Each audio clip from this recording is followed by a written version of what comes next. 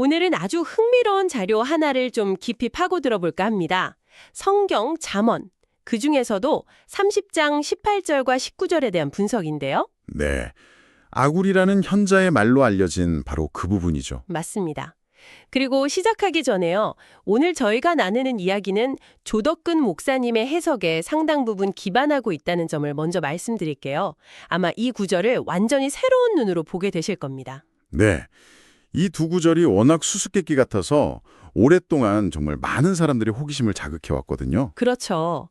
내가 심히 기이히 여기고도 깨닫지 못하는 것 서너시 있나니 이렇게 시작하잖아요.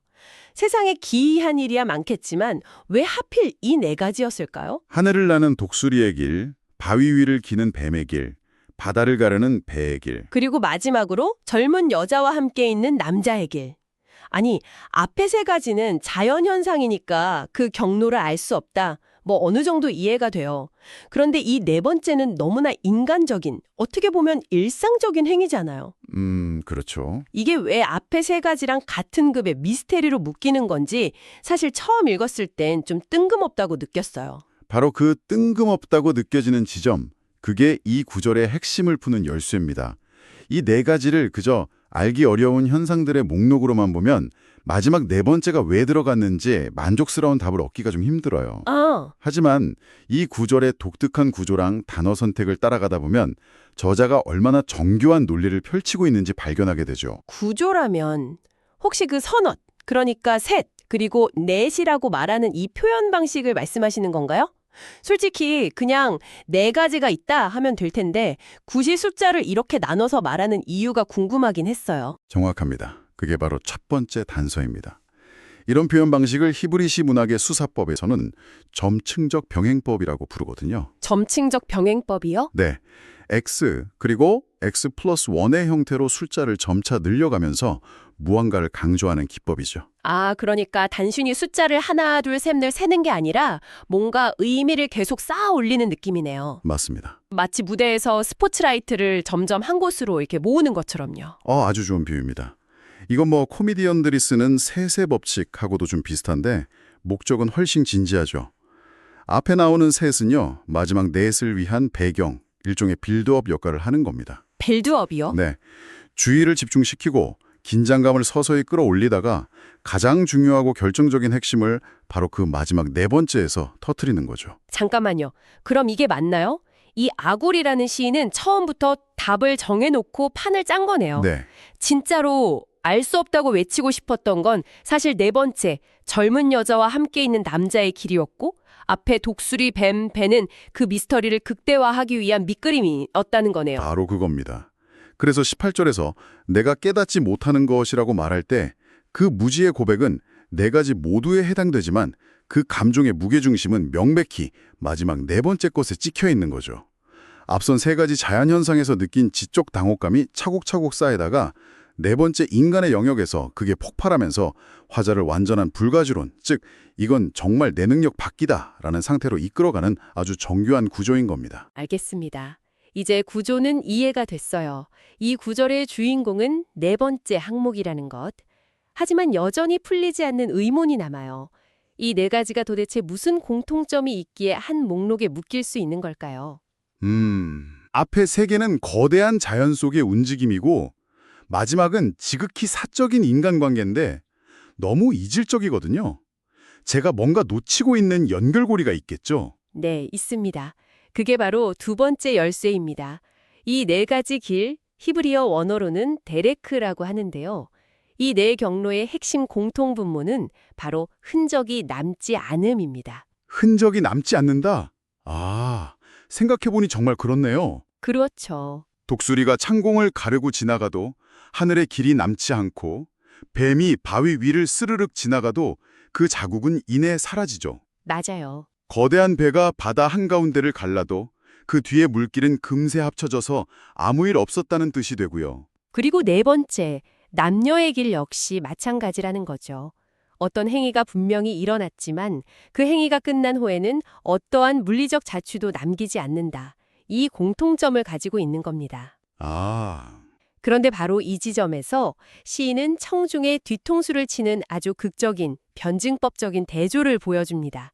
개조요? 네 가지 모두 흔적이 남지 않는다는 공통점이 있는데 거기서 또 차이점이 발생한다는 말씀이신가요? 그렇습니다. 앞선 세 가지 비유를 다시 보시죠. 독수리, 뱀, 배의 길. 이건 이동이라는 사건이 끝나면 그 경로의 증거가 완전히 흡수돼서 즉 아무것도 없는 상태로 돌아갑니다. 말 그대로 사건의 소멸이죠. 네, 에너지가 투입됐지만 결과물 없이 그냥 사라지는 느낌이네요. 하지만 네 번째 비유, 젊은 여자에게 있는 남자의 길은 어떻습니까? 이 길 역시 물리적인 흔적은 마찬가지로 남지 않고 소멸하는 것처럼 보여요. 하지만 그 결과로 생명이라는 아주 명확하고 새로운 실제를 남길 수 있다는 점에서 앞선 비유들과는 완전히 궤를 달리합니다. 와, 이건 정말 놀라운 관점인데요. 패턴의 전복이네요. 네, 그렇죠. 흔적 없음이라는 패턴을 3번이나 반복해서 우리를 안심시킨 다음에 네 번째에서 똑같이 흔적은 없지만 그 결과는 정반대인 사라짐이 아니라 생겨남을 이야기하는 거군요. 정확합니다. 이건 단순한 소멸이 아니라 보이지 않는 과정을 통해 새로운 존재가 창조되는 질적인 대반전입니다. 앞에 세 가지가 무로의 회귀라면 네 번째는 무로부터의 창조인 셈이죠. 시인은 이 극적인 차이를 통해 엄청난 인식의 충격을 던져주고 있는 겁니다. 사실 이 구절을 해석하는 다른 시각도 있지 않나요? 많은 분들이 바로 뒤에 나오는 20절 말씀, 그 음녀 이야기랑 연결해서요. 아, 네. 음료의 자취도 그러하니라 하는 구절이죠. 네, 네 번째 길의 흔적 없음을 죄를 짓고 시침이 떼는 그 모습과 연결하는 해석 말입니다. 아주 중요한 지적입니다. 그게 바로 이 구절에 대한 가장 전통적이고 일반적인 해석 중 하나죠. 네 번째 길의 흔적 없음을 은밀하게 저지른 성적인 죄, 즉 간음의 증거 없음으로 해석해서 윤리적인 경고로 읽어내는 방식입니다. 분명히 일리가 있고 문맥적으로도 연결이 되는 것처럼 보이고요. 그런데 오늘 저희가 나누는 해석은 그 방향과는 전혀 다르잖아요. 왜 그 전통적인 해석만으로는 부족하다고 보시는 건가요? 문제로 초점을 좁히면 앞서 나온 독수리, 뱀, 배라는 이 거대한 자연의 비유들이 그저 은밀함을 설명하기 위한 단순한 예시로 격화되고 말거든요. 아, 스케일이 너무 작아지는군요. 그렇죠. 하지만 사건의 소멸과 실제의 발현이라는 더 큰 틀에서 보면 이 구절은 단순히 인간의 죄를 넘어서 인간의 지혜로는 도저히 파악할 수 없는 창조의 신비라는 훨씬 더 근원적인 주제를 다루고 있음을 알 수 있습니다. 알겠습니다. 죄의 은폐라는 해석보다 생명의 창조라는 해석이 앞선 세 비유의 스케일과 더 잘 어울린다는 말씀이시네요. 네, 사라짐에서 생겨남으로 넘어가는 이 극적인 반전, 이 지점에서 안다는 것의 의미를 더 깊게 파고들어야 할 것 같습니다. 특히 히브리어 야다가 이 구절의 마지막 열쇠라고 들었습니다. 맞습니다. 마지막 세 번째 열쇠는 바로 야다라는 단어의 다층적인 의미에 있습니다. 성경에서 야다는 단순히 지식적으로 알다라는 뜻 말고 아주 특별한 용법으로 사용되곤 하죠. 혹시 떠오르는 구절이 있으신가요? 바로 생각나네요. 창세기 4장 1절.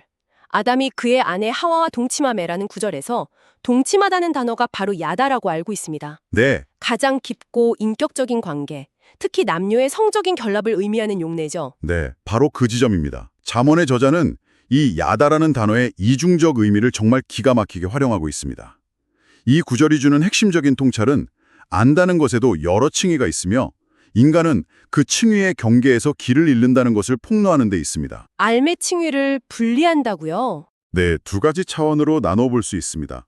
첫째는 행위적 차원의 알미입니다. 인간은 남녀의 동침이라는 사건, 그 육체적이고 경험적인 수준에서는 그 과정을 완벽하게 안다, 야다고 생각하고 또 그 행위의 주체라고 착각하죠. 그렇죠. 어떻게 하는지 그 과정 자체는 경험적으로 알 수 있으니까요. 스스로 통제하고 있다고 믿고요. 하지만 바로 여기서 두 번째 차원, 즉 본질적 차원의 무지가 드러납니다. 인간은 그 행위가 어떻게 하나의 독립된 인격체, 즉 한 생명을 형성하는 근원적인 과정으로 이어지는지에 대해서는 전혀 알지 못한다는 겁니다. 아, 다시 말해 우리는 어떻게 하는지는 알지만 그 결과 어떻게 생명이 되는지는 전혀 알지 못하는 겁니다. 와, 정말 머리를 한 대 맞은 것 같습니다. 같은 어원에서 나온 안다는 단어를 가지고 이런 역설을 만들어내다니요. 네, 우리는 그 행위를 야다, 동침하지만 그 행위가 일으키는 생명의 신비는 로 예다팀, 깨닫지 못한다. 인간이 가장 잘 안다고 자부하는 행위의 중심에 인간이 가장 모르는 신비가 자리 잡고 있다는 말이네요. 바로 그것이 이 잠언이 폭로하는 인간 지혜의 한계입니다. 이 구절은 우리에게 이렇게 말하는 것과 같아요. 너희는 생명을 만들어내는 그 과정에 참여하고는 있지만 그 원리는 전혀 이해하지 못한다. 너희의 지혜는 동침이라는 행위 수준에 머물러 있을 뿐, 한 생명을 빚어내는 신의 영역에 대해서는 마치 독수리가 지나간 허공을 멍하니 쳐다보는 것처럼 무력한 상태다. 이 비유가 현대 과학의 관점에서도 여전히 유효하다는 게 놀랍습니다. 그렇죠. 우는 정자와 난자가 만나 수정이 되고 세포 분열을 하는 과정을 과학적으로 설명할 수 있죠. 그 메커니즘은 알아요. 하지만 생명에 없는 물질들의 조합이 어떻게 의식과 인격을 가진 존재로 비약하는가? 그 근본적인 질문 앞에서는 여전히 침묵할 수밖에 없으니까요. 맞습니다. 뇌의 뉴런이 어떻게 작동하는지는 알아도 어떻게 거기서 나라는 주관적인 경험이 생겨나는지 모르는 것처럼요. 훌륭한 연결입니다. 고대 현자 아굴은 과학적 지식이 아니라 직관과 관조를 통해 그 근원적인 신비의 경계에 도달했던 겁니다. 그는 인간 지식의 정점에 서 있는 게 아니라 그 지식의 한계선, 그 심연의 가장자리에 서서 경외감을 표하고 있는 것이죠. 오늘 이야기를 정리해보자면요. 잠언의 이 두 구절은 단순히 신기한 현상 네 가지를 나열한 것이 아니었습니다. 셋, 그리고 넷이라는 점층적 구조를 통해 우리의 시선을 마지막 네 번째 길로 집중시키고 흔적 없음이라는 공통된 주제로 네 가지를 묶어냈죠. 네, 맞습니다. 그리고 마지막에는 사라짐에서 창조로 넘어가는 극적인 반전을 통해 인간이 가장 잘 안다고 심지어 주도한다고 착각하는 그 영역조차 사실은 인간의 이해를 완벽하게 초월하는 창조의 신비에 의존하고 있다는 사실, 이걸 깨닫게 하는 깊은 통찰이었네요. 맞습니다. 그래서 아굴의 이 고백, 내가 심히 기히히 여기고도 깨닫지 못하겠다는 말은 지식의 부족에 대한 탄식이 아닙니다. 오히려 인간의 알미하는 것이 결코 가다들 수 없는 생명의 심연 앞에서 한 탐구자가 할 수 있는 가장 정직하고 가장 고등한 지적 응답이라고 할 수 있는 거죠. 모른다는 것을 아는 것, 그것이 진정한 지혜의 시작이다.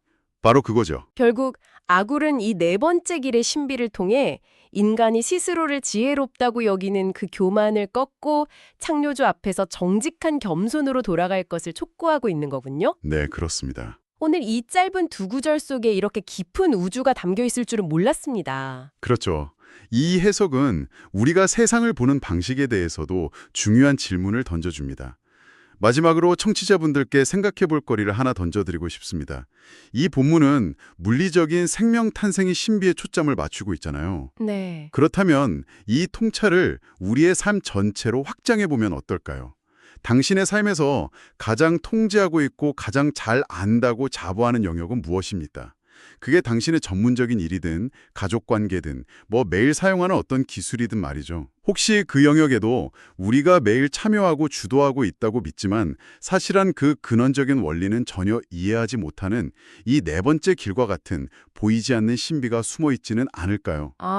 우리의 성공이나 성취라고 믿는 것 속에 우리가 알지 못하는 더 큰 힘이 작용하고 있는 것은 아닐지 한 번쯤 생각해 보시는 것도 아주 흥미로운 여정이 될 것 같습니다.